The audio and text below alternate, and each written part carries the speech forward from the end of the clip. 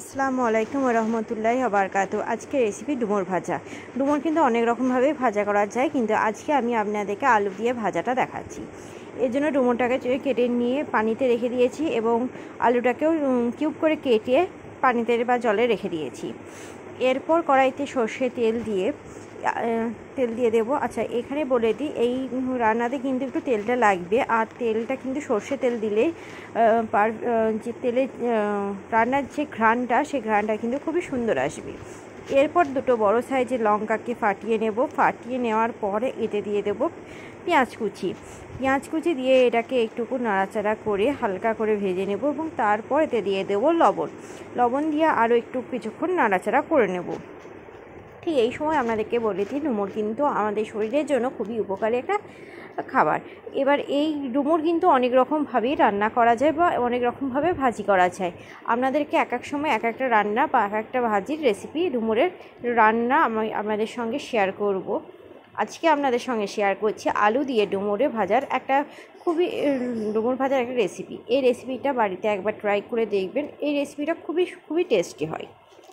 এরপর এতে দিয়ে দেবো কিছু রেগুলার মশলা, যেমন এখানে দিয়ে দেবো হলুদটা আপনারা আপনাদের পরিমাণ মতন দিয়ে দেবেন।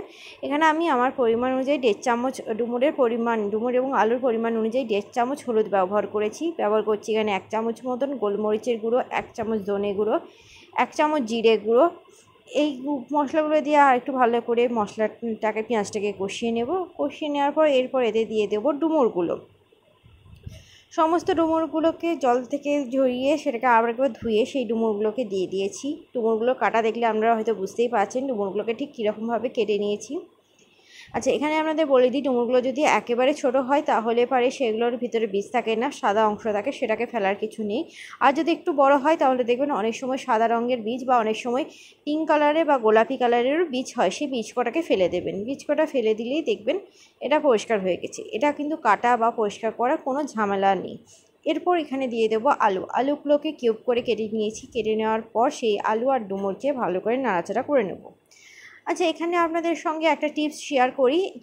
ডুমুর কাটতে গিয়ে যদি দেখেন হাতটা কালো হয়ে যাচ্ছে বা হাতের আঙুলগুলো বা হাতটা যদি কালো হয়ে যায়, তাহলে আপনারা সেই ক্ষেত্রে একটা পাতিলেবুকে টুকরো করে সেই পাতিলেবুর রসটা হাতের মধ্যে লাগিয়ে নেবেন। দেখবেন এই যে কালচে ভাবটা থাকে ডুমুর কাটলে কিংবা কলার মোচা পরিষ্কার করলে, সেই কালচে ভাবটা পুরোপুরি উঠে যাবে।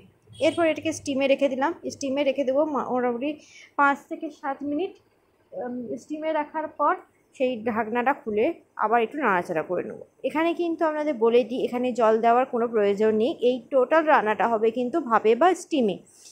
ধিমি আঁচে রাখবেন এবং স্টিমে করার চেষ্টা করবেন। দেখবেন তলাও লেগে যাবে না, কিচ্ছু হবে না, কিন্তু এটা খুবই মোচমোচে ভাজা হবে। এটা একেবারে মোচমোচে ভাজা করে নেব। মোচমোচে করে ভাজা করে নিলে কিন্তু এটা আমাদের হয়ে যাবে ডুমুর ভাজা।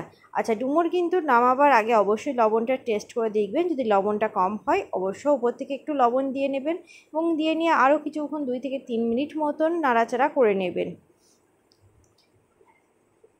2 থেকে 3 মিনিট মতন নাড়াচাড়া করার পর দেখবেন এরকম একটা ঝুরঝুরে বা এরকম একটা মুচমুচে একটা মুচমুচে ভাব চলে আসবে। যখনই দেখবেন এটার মধ্যে একটা মুচমুচে ভাব চলে আসবে, তখনই জানবেন এটা হয়ে গেছে।